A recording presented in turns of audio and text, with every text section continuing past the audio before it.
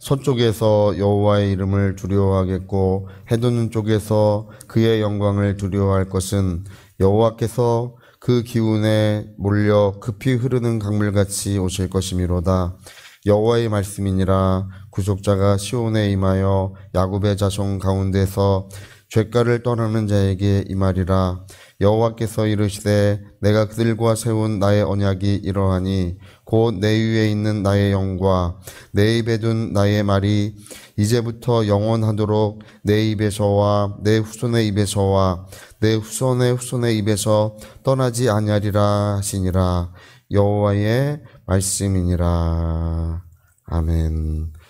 네, 우리 이사야서 59장에는 손이 짧아 구원하지 못함도 아니고 귀가 드나이 듣지 못함도 아니라 너희 죄가 나 사이에 이렇게 고랑을 만들어서 그렇기 때문에 이제 그것이 되지 않고 있다고 이 말씀으로 그렇게 시작합니다. 그리고 오늘 이제 우리가 읽은 이 말씀은 뭐냐 하면 하나님께서 이제 그 백성들이 고난받는 모습을 이렇게 보시면서 깜짝 놀라셨다 그래요. 왜 깜짝 놀라시냐면 그들을 구원할 자도 없고 또 그들을 나에게 중보할 자도 없다. 어찌하여 중보자가 없는가 하면서 깜짝 놀라시면서 이제 뭐라고 말씀하시냐면 내가 스스로 그들에게 가서 그들을 구원해 주리라. 뭐 이렇게 이제 말씀을 하십니다. 그래서 공의로 갑옷을 입고 구원으로 머리에 투구를 쓰시고 공의로 속옷을 입으시고 열심으로 겉옷을 입으셔서 이제 구원자로 구속자로 이제 우리 가운데 오실 것이다. 뭐 이렇게 이제 그 앞전에 말씀을 하세요.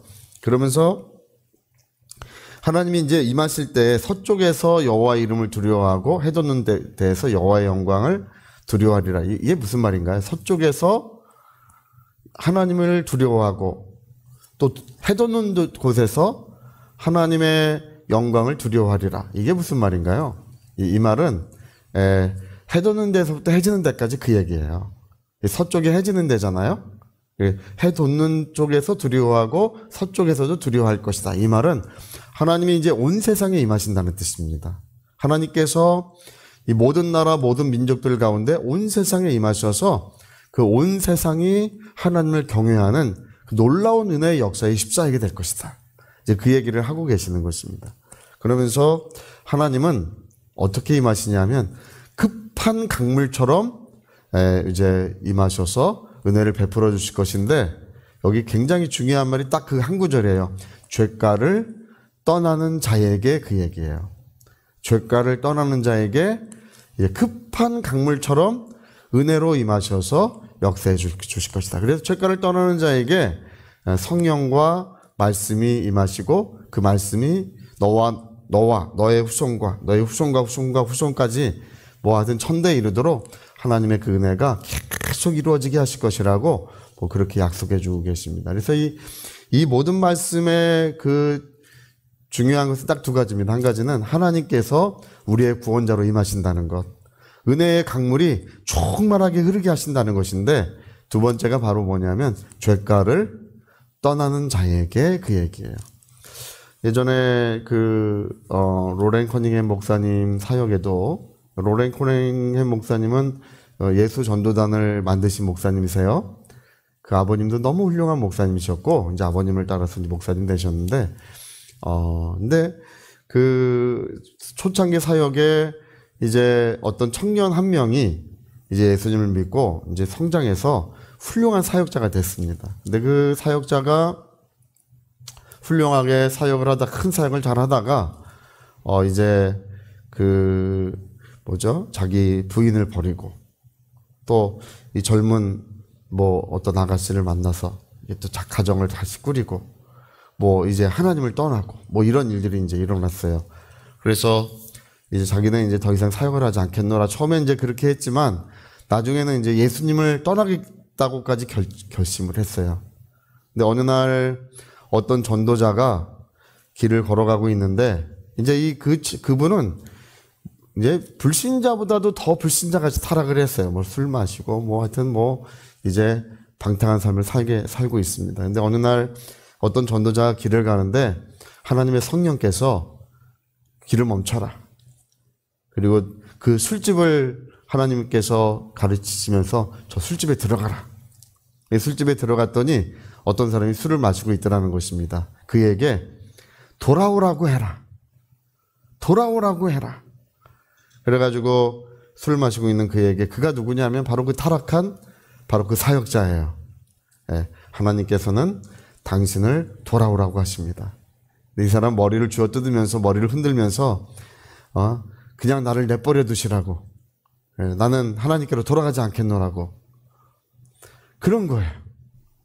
근데 어느 날 또 조금 시간이 또 어느 정도 지나서 이 로렌 커닝햄 목사님에게 하나님께서 그를 찾아가라고 이제 시키십니다. 이 로렌 커닝햄 목사님이 기도할 때 하나님 그가 어디 살고 있는지 알 수가 없습니다. 이 종적을 알 수가 없습니다. 근데 하나님께서 1,000만 명이 넘는 도시에서 그 사람이 살고 있는 집을 가르쳐 주셔요. 운전을 하는데 뭐 우회전을 해, 좌회전을 해라. 뭐 어떤 아파트에 서라. 몇 동 몇 호에 초인종을 눌러라. 거기 살고 있는 거예요. 하나님께서 당신을 돌아오라고 하십니다. 마침내 돌아왔어요. 네, 돌아와가지고 이제 이 사람은 정말 모든 우리가 볼 때 도저히 회복할 수 없을 것 같이 이제 타락한 모습이지만 하나님이 원하시는 것은 죄가를 떠나는 자에게 은혜의 강물이 흐르게 하리라. 하나님의 영이 하나님의 말씀이 너에게 임하여 역사해 주시리라. 그 얘기예요. 그래서 이 사람이 죄를 떠났더니 하나님께로 돌아왔더니 하나님께서 그를 다시 맞이해 주시고 영과 삶을 회복시켜 주시고 그래서 사역을 하는데 이분이 하나님 말씀을 전하면 그 하나님의 자비하심 얼마나 하나님이 자비하시고 영혼을 사랑하시는지를 이 사람들이 그렇게 실감한다 그래요. 눈물의 바다가 되고 그 많은 병든 사람들이 나음을 잊기 시작했다는 그런 이야기를 이제 로렌 커닝햄 목사님이 직접 이제 책으로 썼습니다. 그래서 여러분, 우리는 이 죄가를 떠날 때에 이 성경 전체 이야기가 그것입니다. 하나님은 죄가를 떠날 때에 하나님은 모든 걸 회복시키시고 죄가를 떠날 때에 다시금 그를 품어주시는 이야기가 이 성경 전체에 기록이 되어 있습니다. 인자가 온 것은 바로 병든 사람에게 의사가 필요한 것처럼 인자가 온 것은 의인을 부르러 온 것이 아니라 죄인을 불러 그를 회복시키시고 새롭게 하기 위하여 인자는 세상에 임하셨다는 것입니다. 그래서 나는 제사를 원하는 것이 아니라 긍휼을 원하시는 것이 하나님의 뜻이라는 것입니다. 제가 파주 쪽에 있는 작은 교회 어떤 목사님 이야기를 알고 있는데요. 그 목사님은 사역을 잘 하시다가 이 바람을 피셔가지고 교인들한테 이제 걸리셨어요. 그래서 처음에는 이제 용서해 줬는데 두 번째 또 바람을 피시다 걸려가지고 이제 교인들이 다 모여서 이제 도저히 목사님은 목회를 해서는 안 됩니다. 교회를 떠나주십시오. 이 2달의 시간을 줬어요. 이사 가는데 이제 한 2달쯤 필요하지 않습니까? 그러니까 2달의 시간을 줬어요. 근데 이분이 날마다 이제 그날부터 왜냐하면 처자식 데리고 이제 어디 갈 데가 없는 거예요. 날마다 교회에 와서 눈물의 기도를 이제 시작을 합니다. 근데 참 신기한 것은 뭐냐면 그 교회에 와서 이제 하나님 앞에 눈물을 뿌려 기도하는데 우리 일반적으로 생각할 때는 그런 사람은 이제 목회를 해서는 안 될 것 같고 하나님의 말씀을 더 이상 전하면 안 될 것 같아요. 저 같은 사람 볼 땐 더 그래요. 제가 볼 때는. 할렐루야. 저는 우리 아내 외에는 자매들 손도 잡아본 적이 아직 없어요. 그러니 오죽하겠어요. 제가 볼 때 저런 사람은 도저히 목회를 하면 안 된다. 이렇게 생각할 것 같은데 하나님은 좀 다르신가 봐요. 그래서 눈물로 기도할 때 이 주일 예배가 되면 하나님의 은혜가 더 풍성해지고 그리고 성도들은 이제 느껴요. 뭘 느끼냐면 하나님께서 그 목사님을 용서하셨고 그 다음에 그 하나님께서 이제 목회를 계속하기를 원하신다는 것을 예배 때마다 모든 사람이 느끼는 거예요. 무엇을 보고 느끼냐 하면 하나님의 영광스러운 임재가 시작되고 있는 거예요. 그래서 그 목사님들의 삶도 회복되고 그 삶이 회복되는 걸 통해서 교회도 회복되고 또 교인들의 가정도 회복되는 역사가 그 하나님의 자비하심을 나타내심으로써 그 모든 것이 이루어지는 것을 보게 되는 것입니다.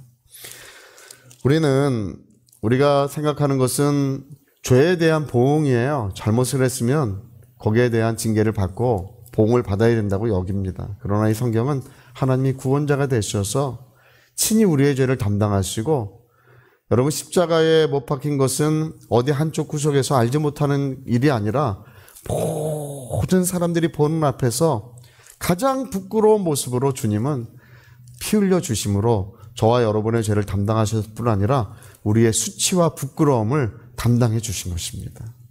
그래서 우리의 영혼을 회복시키시는 우리 하나님, 우리의 삶을 회복시키시고 우리의 모든 것들을 이제 온전케 하시는 그 은혜의 물결이, 은혜의 강물이 충만하게 흐르게 하시는 것입니다.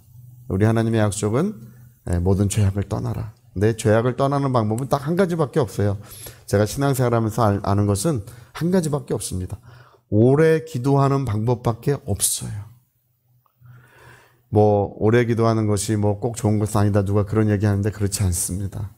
하나님 앞에 오래 엎드리는 것, 오래 기도하는 것만이 우리가 죄를 이기고 승리하는 유일한 방법이에요. 그것뿐이 없습니다. 여러분, 우리가 시간을 들여서 무릎을 꿇고 두 손을 꼭 쥐고 우리가 시간을 보낼 때에 모든 죄악의 줄이 끊어지고 삶이 전동되고 질서와 아름다움을 이루고, 그리고 마침내 은혜의 물결이 우리의 삶에, 우리의 영혼에, 우리의 가정에, 우리가 손대는 모든 곳에 하나님의 은혜의 물결이 흐르게 될 줄로 믿습니다. 자, 우리 같이 한번 기도하시겠습니다.